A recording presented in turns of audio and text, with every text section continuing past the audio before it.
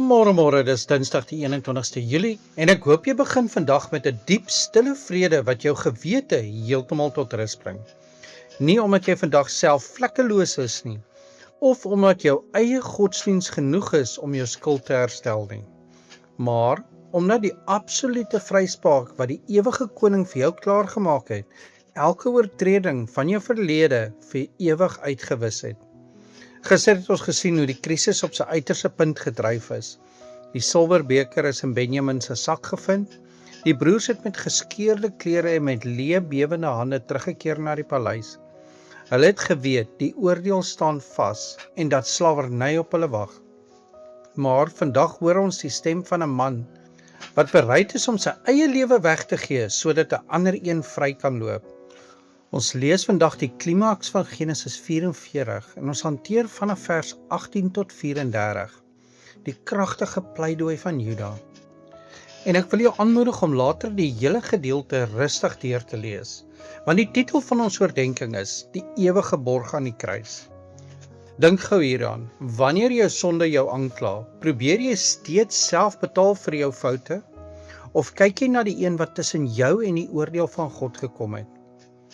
Laat ons die skrif oopmaak by die historiese keerpunt van hierdie verhaal, en die kerngedeelte vandag is verse 32 tot 34.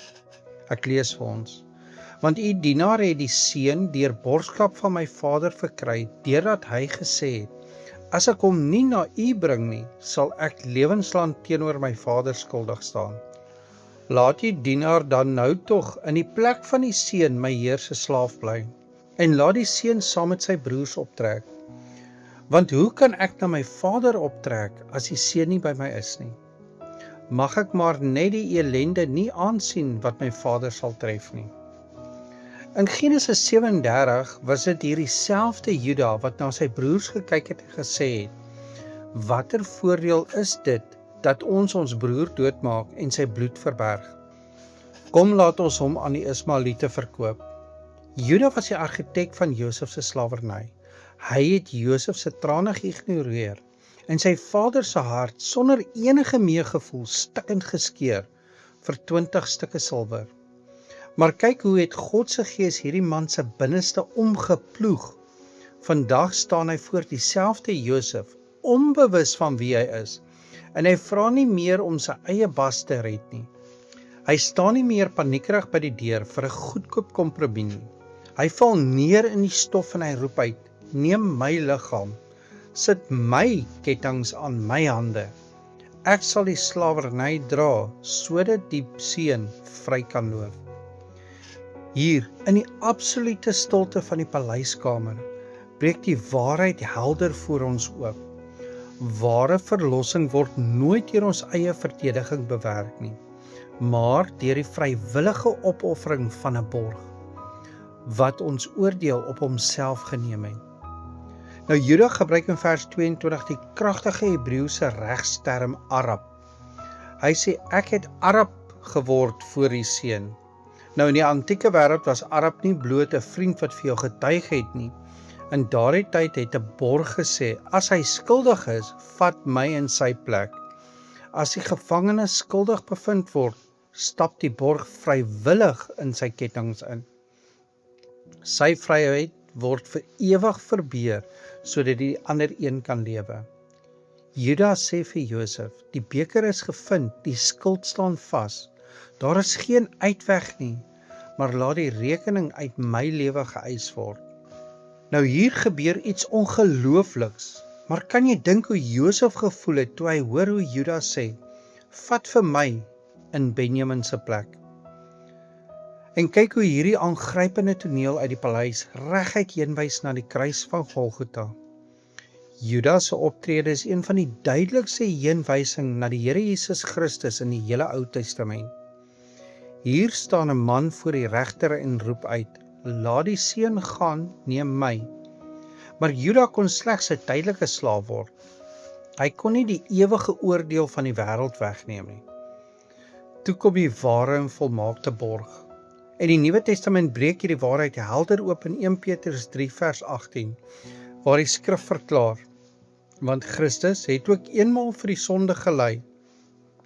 Hy, die regverdige, vir die onregverdiges, om ons tot God te bring. Dit is die hart van die evangelie. Ons almal se sakke was vol van die diefstal en die opstandigheid van ons eie sonde.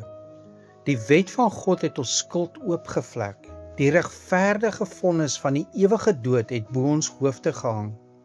Ons het paniekerig rondgeskarrel by die deur van ons eie godsdiens, met reëls en tradisies en goeie werke om ons skuld te probeer betaal.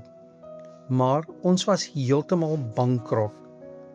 Toe tree die Here Jesus Christus vorentoe, voor die regterstoel.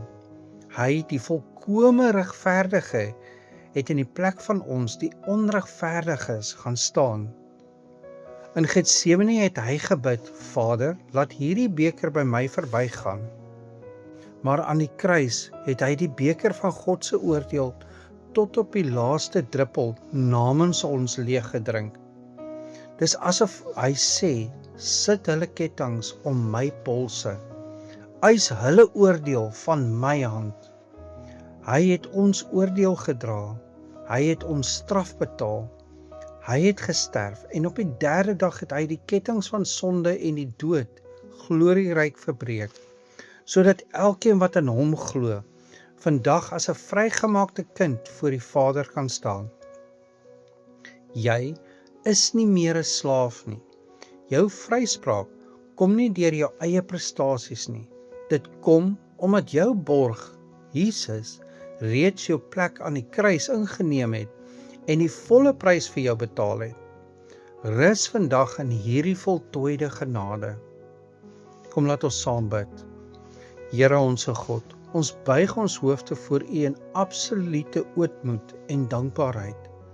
Vergewe ons waar ons met ons eie bang gewete probeer rondskarrel het by die deur, asof ons self vir ons oortredinge kon betaal. Ons loof U voor die Here Jesus Christus, ons ewige en getroue borg. Dankie dat hy as die ware arp in die bres getree het vir ons siele, en dat hy ons slawerny aan die kruis vir altyd klaar gemaak het. Here, help ons om vandag in sy volmaakte vryspraak te rus en as waarlike vrygemaakte kinders te wandel. Ons bid dit in die naam van Jesus Christus en deur die kragtige werking van die Heilige Gees. Amen. En onthou vandag, jy is dalk die Bybel wat iemand vandag moet ontmoet. Die vyand wil hê jy moet vandag in vrees leef, as 'n slaaf van jou verlede en jou skuldgevoelens.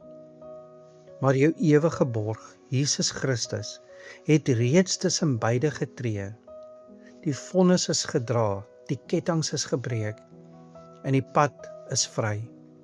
Leef vandag vanuit daardie kosbare vryspraak en wys ander na die getroue borg, Jesus Christus. Ek hoop jy het 'n geseënde Dinsdag.